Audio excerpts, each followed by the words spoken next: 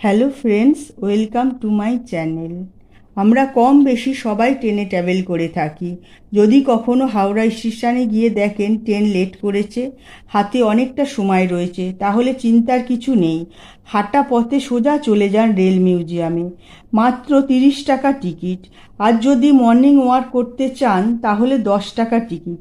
সকাল 8টা থেকে 9টা পর্যন্ত হয়, খোলা থাকে। আর যদি ঘুরতে চান তাহলে সকাল 10টা থেকে সন্ধে 6টা পর্যন্ত খোলা থাকে। 3 বছরের নিচে হলে কোনো টাকা লাগে না বাচ্চাদের।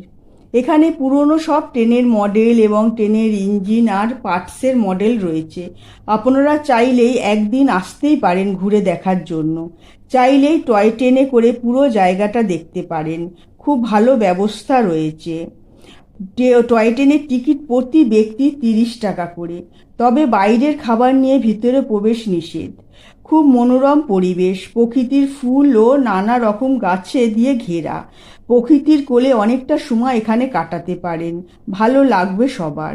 এখানে খাবার দাবারেরও খুব ভালো ব্যবস্থা রয়েছে। একটা এসি ট্রেন দাঁড় করানো আছে, এটাই রেস্টুরেন্ট। সব ধরনের খাবার পাবেন, নানা ধরনের শেক পাবেন, দামও খুব বেশি নয়। এখানে সব দেখা হয়ে গেলে সোজা চলে যান হাঁটা পথেই রামকৃষ্ণপুর ঘাটে। সেখানেও বাইরের খাবারের দোকান পেয়ে যাবেন, চা, ঝালমুড়ি, আইসক্রিম ইত্যাদি সব রকম রয়েছে।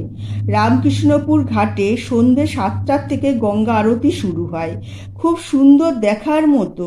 সঙ্গে পাবেন গঙ্গার ঠান্ডা বাতাস, মন ভালো হয়ে যাবেই।